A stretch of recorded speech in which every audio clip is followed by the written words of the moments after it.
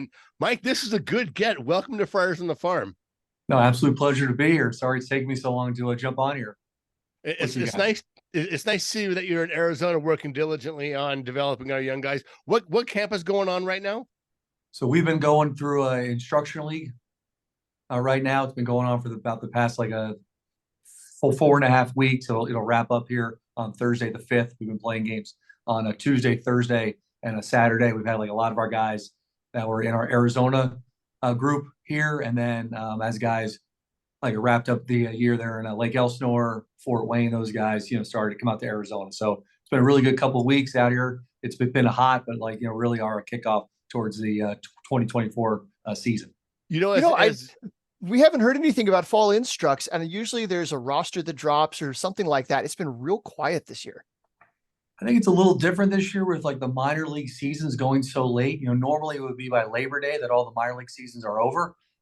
This year with the minor league season wrapping up on September 11th, September 17th, it's a little bit later. So yeah, and then we're in like a years past, we've gone to San Diego, either played USD or the Aztecs. We're not doing that this year, so it's been like a little like a quieter than like a years past. A smaller group, but it's still been like really productive for like everybody out here. all right. So, hey, now you in your second year as the assistant director of player development, and it's you and Riley. It's your system now. So, what if any changes have happened since the last director of player development? What have you guys implemented differently than prior directors? Sure. No, it's been like a great opportunity for me personally, but it really is like the Padre, player development program. And there have been so many like great people who have like have been here for a number of years. And I've been very lucky to be able just to help Riley and help our whole organization in terms of what our aim is, which is to help our players ultimately. So we've had like a number of turnover over the past couple of years. We've brought in a director of pitching. We promoted Mike McCoy to the role of like a hitting coordinator. We've had like a couple managers come in. So it's been really good in terms of like the number of people that we've brought in. There have been so many people here that have jumped into different roles. Johnny Matthews up there with the tin caps, Pete Zamora out there, and like a Lake Elsinore. So it's been like a number of positives for me personally to see people like inside the organization that love the Padres and have jumped into different roles. We've been able to bring in a couple difference making people, we think, from outside the organization. But hopefully we're kind of at that point where there's not that much turnover, and we continue to really like a push forward with the people in our system now. So technology is something that's been changing quite a bit as you've been around baseball. The advent of pitch tracking and motion tracking and even access to video. How do you balance that information as well as what your coaches are seeing without overwhelming a player? That's an excellent question. It's something that we fight and talk about all the time. So I think when you're with some of these coaches that have been around for like a number of years, they're able to see when a guy has a ride, on his fastball. Now it's called, induced vertical break. But these guys were able to see that. Whenever you see like a really good, like a slider, like now you can kind of, put like a number to it. So I think more oftentimes than not, like 90% of the time, kind of what your eyes see kind of tells you, that guy has a really good pitch. I think now what you're really doing is you're really able to work on the margins, really able to optimize those exact pitches on the pitching side. You're able to do like a number of things, on the hitting side, defense as well. But I think a lot of the technology has really helped the pitching side, and it's just a matter of really kind of working in those in the margins. As I said earlier, to be able to really optimize every pitcher. So in season, how do you deploy that kind of information among the different affiliates? I would imagine like maybe at the lower levels, you're trying to leave guys alone and kind of let them get their feet wet. And at the higher levels, maybe you have more opportunities for instruction. Sure. No, that's a excellent point. I think that every pitcher, especially I was, talk about the pitching side from like a foundational aspect, first and foremost, guys have to throw the ball in the zone.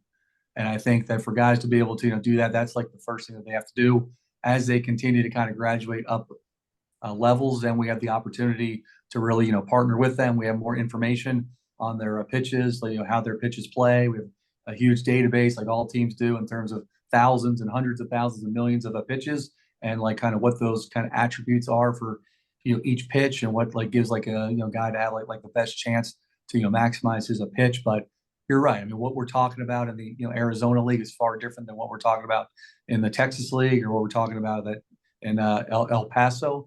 But first and foremost, guys have to be able to throw the ball in the zone. And then as they, move up level by level, we'll start to maybe attack the fastball. We'll start to attack like a slider. We'll start to attack his changeup. We'll start to maybe, lower his arm slot. So there are like a number of things that the technology like allows us to do. But again, it's like a progress or it's a still have to hit the base level stuff at the lowest level, and then to be able to, work up, level by level, and then to be able to add more and more to the player's plate. Okay, so every affiliate has its own characteristics. The Cal League is kind of like a hitters league. Fort Wayne is kind of pitcher friendly. Evaluating players through their differences, does that make it a challenge? I mean, the PCL must just drive you guys nuts. The PCL is a definite challenge. I think what you see ultimately there in the PCL is you're going to give up your home runs. Similar to the Cal League, it's a definite hitters league there in the PCL. But I think what you see about guys that have gotten called up to the big leagues is, again, you got to be able to throw the ball over the plate. You got to have the courage to be able to do that. And you might give up a 500-foot homer, but a short memory goes a long way. And guys that are continuing to, to be able to get on the mound and just, keep on pounding strikes. Those guys typically, as we've kind of seen, are guys that have been able to kind of break through there in El Paso and ultimately graduate up to a San Diego. So it's tough. It's definitely tough, but it takes a lot of courage to be able to pitch in that PCL for sure.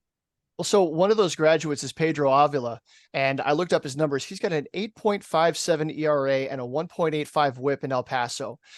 How do you guys look at what he's doing and ignore those numbers? What are the things you guys are looking at that told you he's ready? Because he's been really good with the big league team. He's been outstanding. I think with a lot of these players, you're looking at their track record. Pedro, it wasn't ideal this year at the AAA level. Pedro was, I think, like the biggest thing on Pedro, got the opportunity in San Diego and took advantage. And, maybe it wasn't, in the plans, but, as he continues to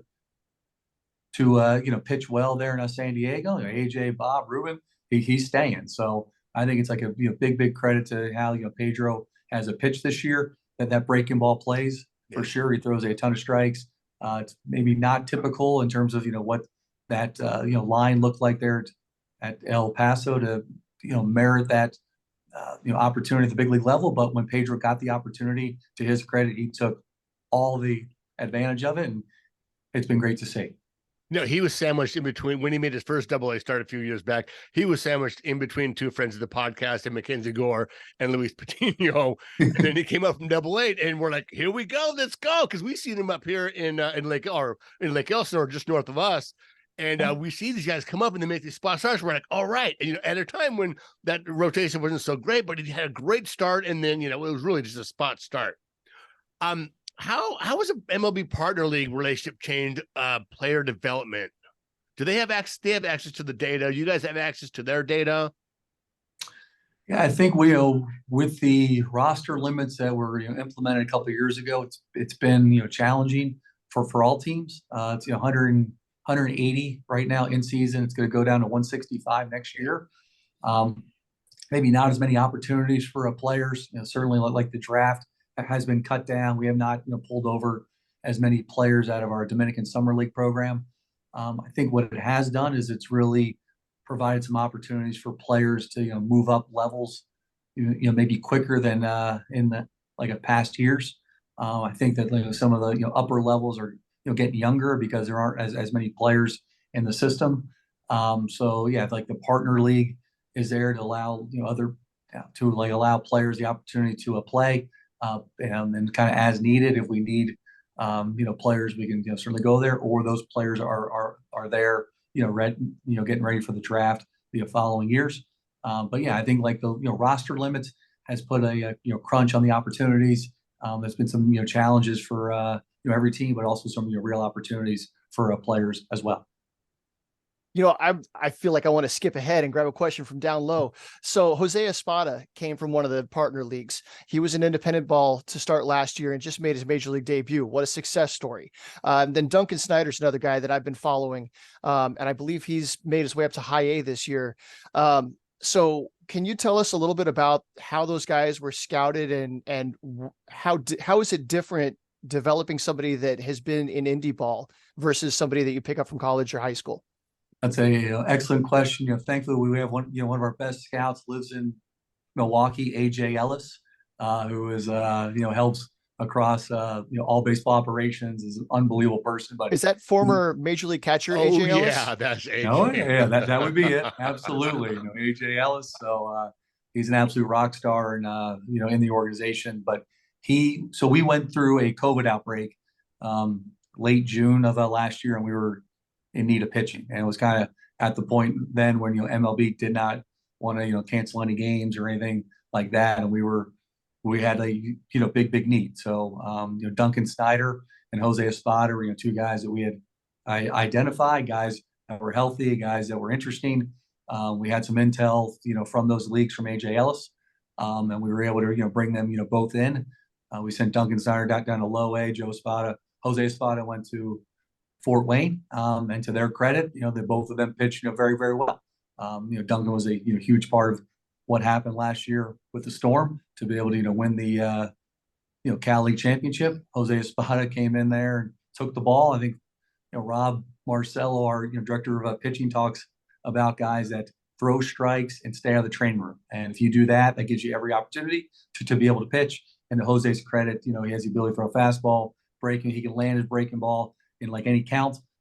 He got really stronger as well over the past year, really, bought into the S&C program, added about 15 pounds. His velo went up. And so he had the ability to throw strikes, a little bit more velo, really good to, feel for like a breaking ball. And he earned every, opportunity he got. So, ultimately it was, a great story for everybody. Certainly happy for, Jose to be able to battle, it's like a high pick, Toronto, Boston goes into the independent leagues, partner leagues. We sign him, and he's continuing just to keep on pushing forward. He welcomed a daughter into the world here this summer, so I think 2023 has been a banner year for Jose. Yeah, he's got that dad strength coming on. Right. So okay, so how good is your Spanish? It's pretty, más o menos. Yo pasé muchos años in Dominican Republic, so no está perfecto, pero yo entiendo un poquito español. So I spent a long time in the Dominican. I understand a little bit. It's not like the best Spanish, but I think I can kind of get by. So we've heard some good things about the Padres org making language education available, both for Spanish speakers, foreign players to learn English, but also for native, American English speaking players to learn Spanish or whatever other language they might want to choose. Can you speak about what you guys have done to try to promote that stuff? I'll tell you what, coming from like a different organization when I got in here, to be able to see what we do on the education side has been really impressive. So there are a couple different paths. Caitlin Simmons runs that on the minor league side for us. It's high school for players from like Latin America. It's English, and it's also mental skills. And I tell you want to talk about like a tearjerker is the past couple of years, whenever post draft mid July, we bring all the drafted players in here, and we have high school graduation, and a lot of their teammates that they're just getting to know are going through high school graduation. We're in the major league clubhouse. There are videos there are videos that are done by the parents and family members of those players that are graduating high school, that have spent hours upon hours, weeks and months and years on Zoom calls doing education and doing baseball. And there's not like a dry eye in the house. And you just sit there and you see how proud those kids are of being able to graduate. You see how proud their family members are, and yeah, you better bring like a box of Kleenex or two, because it's really good to be able to, celebrate those achievements, but it's great as well for, new players that come into the system to be able to see where some of their teammates come from and some of the stuff that they've, worked towards. So I give like a lot of credit to Caitlin Simmons and a lot of credit to the Padres for, building out her education program. That is, very, very impressive. And it's been, awesome to see personally. Yeah, we saw that on Twitter. They had a picture of a couple of the players that got their high school diplomas. And when I was in Lake Elsinore earlier this year, getting ready to talk to JBJ, Bush Jr., they had the men's coach out there, and they had him all sitting around doing little stuff, and I had to kind of wait for him to finish over there for him to come talk to me. So that's active down on A-ball, and it's really a good thing to see. Also with the education, anything to make the player feel more comfortable, more buy into the organization, I think helps. As baseball is so gosh darn hard that if you can do the education and build the confidence from within the person outside of the baseball world, bringing that into the baseball world, I think does a lot better for for the mental health and the sports psychology of players. And that you just talked about a little. You just talked a little bit about that. What else are the Padres doing to help support their players and staff with the mental health and the sports psychology? I think like the biggest thing is just, raising awareness about it, talking about it, not being scared to talk about it. It's hard, man. It's like life's hard. It's like, it's hard to play baseball, to fail your sport, but to go out there and there's like a lot of pressures in the world that young guys have to deal with. Social media was something that the three of us never had to deal with day in and day out. There's like a lot of media out there. There's a lot of pressure on these guys. So I think the biggest thing is talking about it and knowing that there are resources out there, and our coaches are very aware of it as well, and to be able to partner with the players to be able to talk through things. If there's stuff that's like, like a higher level, we have resources, people that are, in the organization, outside the organization, that these guys can, lean into. We have a lot of, former major league players that are around: Craig Stamen, AJ Ellis, Mark Loretta, Trevor Hoffman's here in like Arizona right now. Like these guys are able to, talk with the players as well, to be able to share, some of the things that, that they went through. But also to be able to give them some tools and support in terms of trying to make it day in and day out on their path to Petco Park. So there's like a number of things there, and at the end of the day, their success is our success. So every player in our system, we really want them to get to Petco Park. That's our goal, and we want to help them in every way possible. All right, so let's dive into some specific position players and decisions you guys make. A lot of the pitching talent is in Double-A. Was the thinking, so Ethan Salas moved up so quickly from low A to high A and finished the season in Double-A. What was the whole thought process behind moving him up so aggressively this season? Well, he's like an unbelievably talented player, but I think what's been super impressive about Ethan so far is his head. I mean, this guy's like mature beyond his years. And I was down there on January 15th when we signed him. Clearly, there was a very strong relationship with the Padres organization. Our international scouting group did fantastic, but the people around Ethan is, really impressive. His, mom and dad are very strong, influences. His uncle, his grandfather, his two brothers. I mean, it's a baseball family. And for him to have that level of maturity, that was like the number one thing for us. Everybody could see the talent, the hands. You saw in there, major league game there with, Ryan Weathers, like the talent's easy to see, but to be able to see, the type of person he is off the field, making really good decisions all the time. And when he went out to Lake Elsinore, he played really well. And he definitely earned that promotion out of Lake E. I think there was some, thought overall, like, Fort Wayne, Double-A, kind of going back and forth. We felt, Double-A, he was ready for it. And we also felt that team with like his spot, already set for the playoffs was like the best, place to put him or to have him play for the rest of the season. So, certainly having Ethan there, and then, having like the rest of those, that like pitching group and a position players. I think our mindset was, one, it was good for his like a development to be challenged at that level.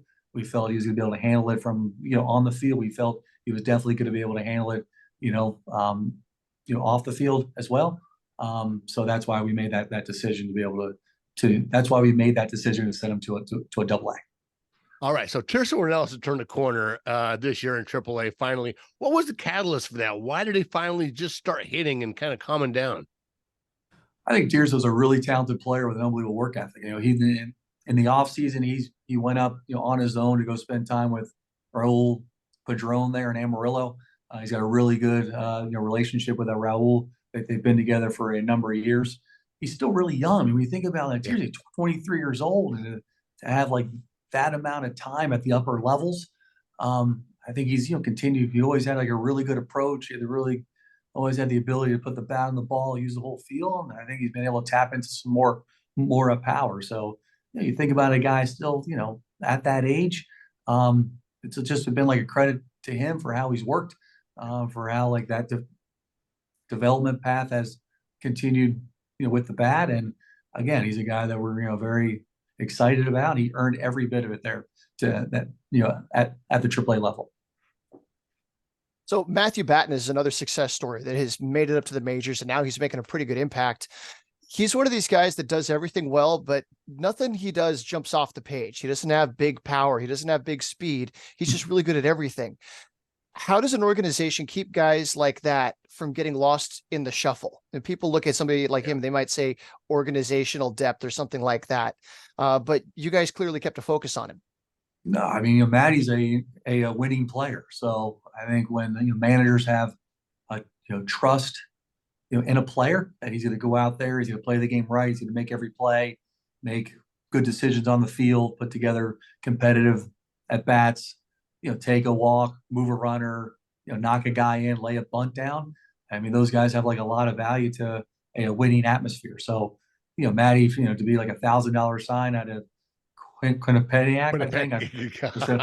All I know is there's really good pizza up there. But excuse me to all the alums out there that are listening right now. But for what he did to earn every bit of it, he's a winning player, and you're seeing him making big contributions right now at the major league level. So we couldn't be happier for a Matt and what he's done in our system.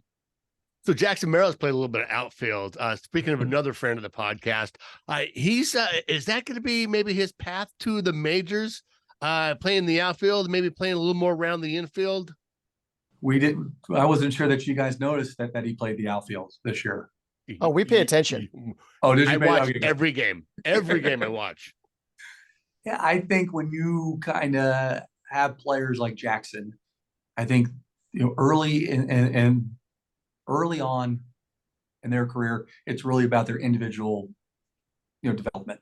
So he played shortstop all last year. He started out this year playing shortstop. There's a point in like every player's like a career when they get closer to the major league level that that's a little bit of like a fit of what it looks like on the big league team. So yeah, there were some he played some left field, he played some second base, played first base. One is because he's a really good player and he played very well at the AA level. And when you start to have some internal conversations about, is Jackson like a real option for the major league team, or if any players like a real option for the major league team, where is he going to be able to play on the field? So I don't know, if he's going to play, left field, center field, shortstop, third base, shortstop, second base, first base, or wherever. All I know is Jackson wants to play in the big leagues. He's a winning player, and I think it's incumbent upon us to be able to give him some opportunities at different spots. That kind of lines up with like the vision of the team and where there might be chances, at that major league level. Yeah. So what impressed me watching Jackson up in Lake Elsinore wasn't so much what he did on the field, but how he interacted with his teammates off the field. He really showed some leadership kind of aspects. Robbie Snelling has dominated as he's moved up, and he seems to have some skills outside of baseball skills that are making him successful. What are some of the things you guys look for to tell you that a player has that extra kind of tool? That's an excellent question. I think that first and foremost, it's a credit to our scouting group. I think a lot of that stuff is identified by our scouts. A lot of that stuff comes from like their upbringing of players. I think ultimately, what we're looking for a lot, we're looking for guys that have heart, guys that are smart, and guys that are hungry. And if you have like baseball skill, which is first and foremost, but you're really really hungry to maximize every bit of talent you have, and you're smart, that's a really good combination. And you look at those like elite players. You think about Tony Gwynn and Trevor Hoffman, all these unbelievable guys. They were really talented.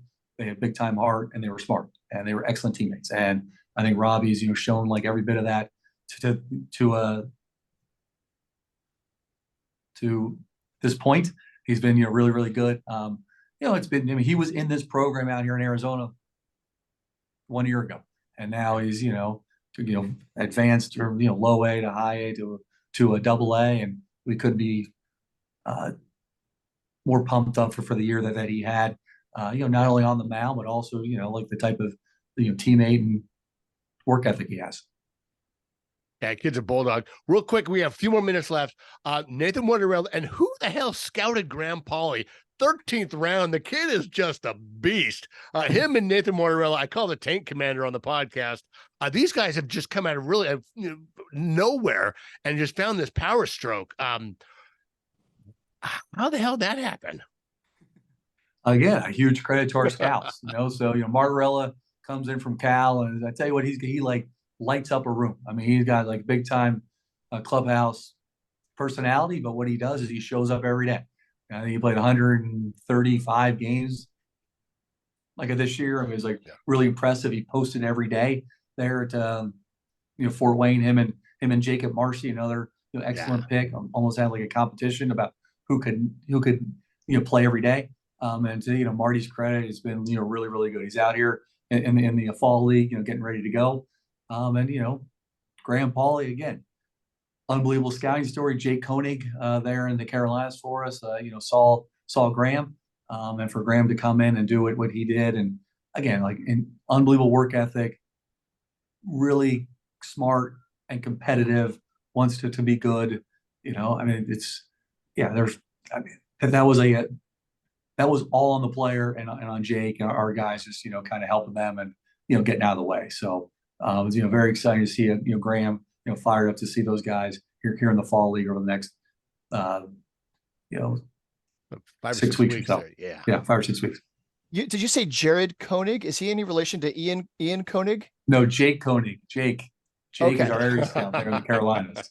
Okay, because I know we've had the Koenig brothers in the organization this year. Yeah, So I know you need to get going. We think of baseball being a spring to fall kind of a sport, but I'm sure for a guy in your role, it's a year round kind of a thing. What happens between now and spring training for Mike Daly? Oh, that's a great question. We like a couple of things. So we will wrap up here on the 5th. We'll have a S&C camp October 30th to November 17th. Here in Arizona. There's a new dead period this year in the minor leagues. It starts on the 18th of November that goes till January 1st. Yeah. Like essentially. So we won't be able to have any contact with our players, which hurts our heart. But we know that these guys are really serious, and they'll be able to find spots, and they'll be on their own. Your family probably appreciates that, though. You ain't lying. So, but we'll have our Dominican program opening up here on the 1st of October. That'll go till the 17th of November as well. We have a couple kids here in this program now that'll go down to the Dominican to be able to get more at bats. And then we'll have some like a planning meetings here, and we'll kick it off here. January 8th is when our complex opens up out here in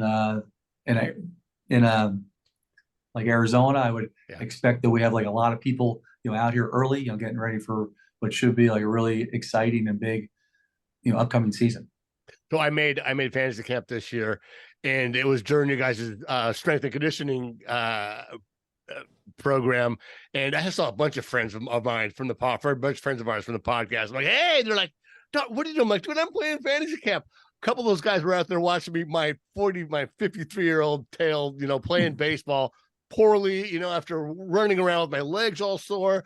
making fun of me, having fun. It was a blast out there. Hey, we really appreciate you taking the time. We'd love to have you come on in the future. We have so much more to talk about. We didn't even really touch too much on the pitching that just has taken giant steps this year. And I think really has been the star of the system has been all the starting pitching that has taken gigantic leaps forward in your Jairo Iriarte, in your Adam Mazer. Just amazing. So we'd love to have you come on again. Thank you so much. And we appreciate your time. Absolute pleasure. I guess what I should have said during the dead period is that I'll be on the show here once a week since I got nothing else to do. So I would love to come back anytime, guys. So thank you so much. All right, Mike, we really appreciate it. Thank Sounds you. good. Thank you, guys. All right. Thanks, Mike.